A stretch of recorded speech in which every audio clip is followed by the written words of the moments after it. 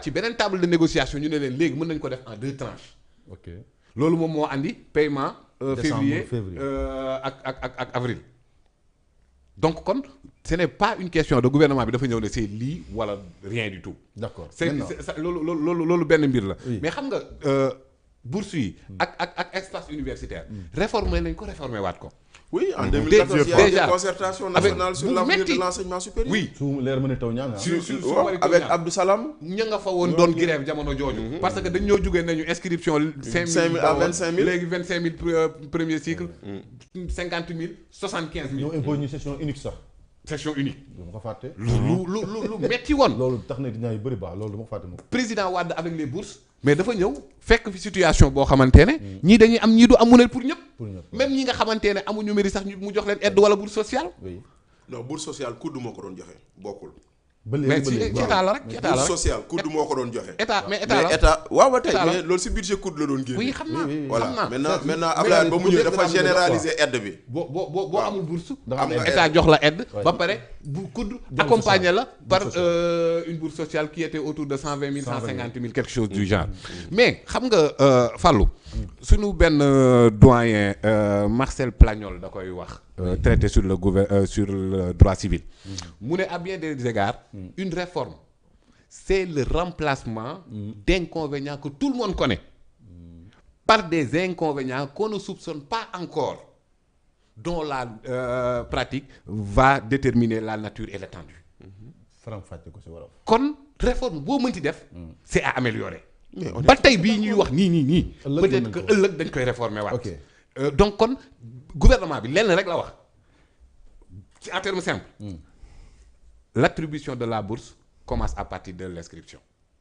ok ba pare yem si. ce qui est très temps logique. ba pare yem si temps bi nga jàng. Et quand tu waaw m'empêches ça de commence m'inscrire, à partir. et quand tu à m'empêches de partir m'inscrire, à partir de l'inscription yem ci inscription bi parce que sur le plan social bourse bi nee naa la sànq dañ koo teg lu mu àttanul li ñu ko teg mooy li nga xamante ne dafa nekk quelque chose de parapédagogique au-delà de l'espace universitaire. Mais loolu ça interroge sur notre système sur Bien sur sûr, la solidarité bien dans sûr, ce pays-là. bien sûr.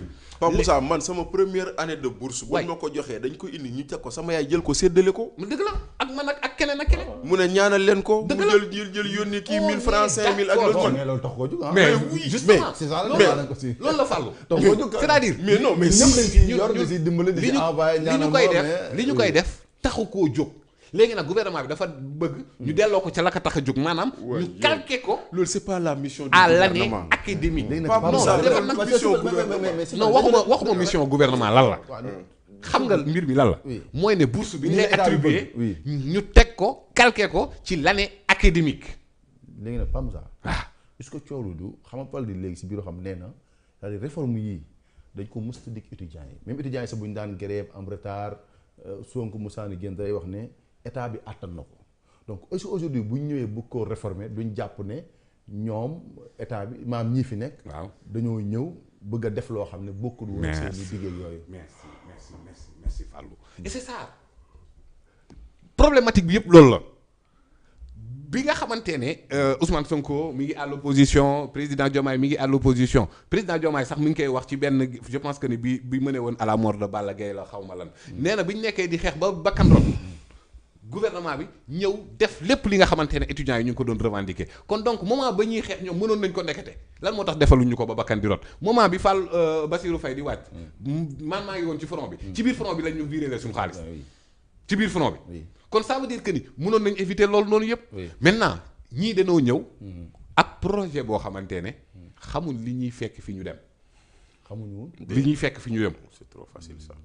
ndax bi ñu ñëw xamuñu problème bourse yi. mais non maîtrise wuñ. non xamuñu Les problème difficultés financières, voilà très bien ah moo tax munoo fekk ca projet ba lépp lu jëm ci lii munoo fekk ci discours Ousmane Sonko de 2014 à 2021 munoo parce que en fait il ne s'imaginait pas que bu ñu ñëwee situation économique bii lañ fi fekk et il l'a dit ouvertement Pape Moussa. assumé na ko clairement Tani ji wasaana assumé na Tani ji ko wasaana Ousmane Sonko ça veut assumé dire na que ko question yi ñuy wax yëpp ay indu 4 mois li nga jàng lañ la war a fay c'est pas leur préoccupation dañ amul xaalis Mais wax na loolu- ko loolu- wax na Ousmane ko Sonko donc du assumé na question ko. wu non il n'y a pas de justice dëgg-dëgg boo xamante ne dañ ko bëgg a appliquer étudiants yi nekk parce que rappel bi parce que moom loolu la wax loolu la wax mais Pape Moussa wax kii Sonko bi mu demee gën gi ñëw am na benn rencontre bu mu naan étudiants yi bu ñu fekkoon situation bu normal dañ leen dañ suñu yéene si ñoom ëpp na lii donc non c'est différent non c'est différent dëgg la Pape Moussa tout son argumentaire yi mu jël parole 2 fois yëpp c'est pour dire que étudiants yi dañ nekk ci situation boo xam c'est presque indu dañ leen di fay luñ mérité wul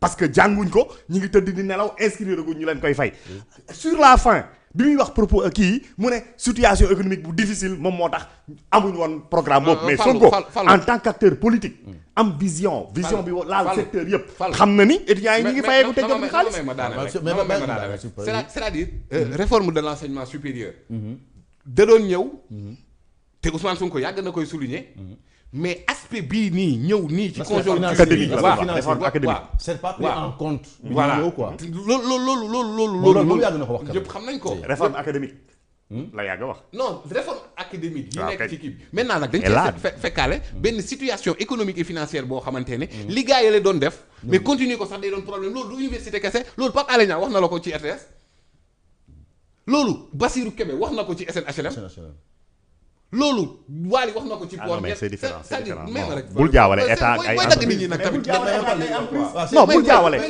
non ñun ñooy débat non ñun ñooy débat mais c'est c'est-à-dire que quand tu appliques état comptabilité état ressources état bokkul ak bu entreprise mais c'est-à-dire bon non entreprise bu am situation bu compliquée c'est parce que peut-être dañu am un personnel pléthorique c'est peut-être parce que dañu amatul ay recettes wala mënuñ générer ay loolu c'est autre chose ñu jox pal di direction wu CNM mu jël ay dépenses engagé ay bor yu bëri yow nga ñëw am sa projet am nga sa programme proposé nga ko mais xamoo situation financière bi boo ñëwee il faut nga réajuster. waaw mais non mais loolu ça mais c'est pas comparatif à ce qui se passe dans l'État. oui je le dis. oui mais faaw ñu gaaw parce que je termine rapidement. à la décharge de Ousmane Sonko. parce que man leer na ma ne situation financière yii nii yu ci ëpp. ci côté universitaire comme ci yeneen yi aspect am na yoo xamante ne. ñoom bu ñu amoon lu ñu bëgg ci moom. mooy mu pousse abal leen.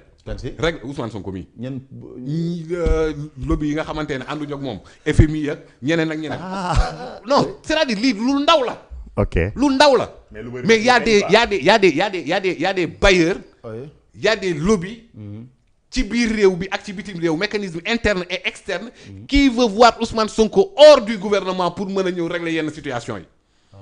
bu ma la déggee c'est sama compréhension mais aujourd'hui c'est-à-dire alal yi ñu war a jot xëy na si suñu yeneen partenaires technique et financiers yi tey bu Ousmane Sonko déplacé woon rek ñoom dañuy dugal xaalis pour wane ne Ousmane Sonko moo bloqué woon. merci beaucoup. loolu mooy solution li non pas solution. c'est-à-dire bon. il faut ñu xam li ñuy wax man damay réer. on te sur des solutions tu vas vers le FMI Banque mondiale après est-ce que solution. wax nañ ko ba pare wax nañu wax solution ba pare. je donne une information en disant que c'est Ousmane Sonko qui dérange quoi. moo tax gars yi dugaluñ qui dérange par rapport ak les bailleurs FMI. parce que conférence de presse gouvernement bii nii bi nga xamante ni njëkk nañ ko def sur la dette cachée mënuñ koo baal Ousmane Sonko ba tey. parce que dette cachée amul. loolu c'est une autre paire de manches. oui après parce que dette cachée amul on va en discuter après. y a pas de souci mais li ma bëgg a wax rek moom mooy situation financière yi nga xamante ne Sénégal mu ngi koy dund nii. ñenn ñi taxaw seppi seen loxo ci Sénégal lu ñu mën a tegal condition comme président Diomaye dàqal kii ñun ñu def. tu donnes une information dëgg la. loolu info la. non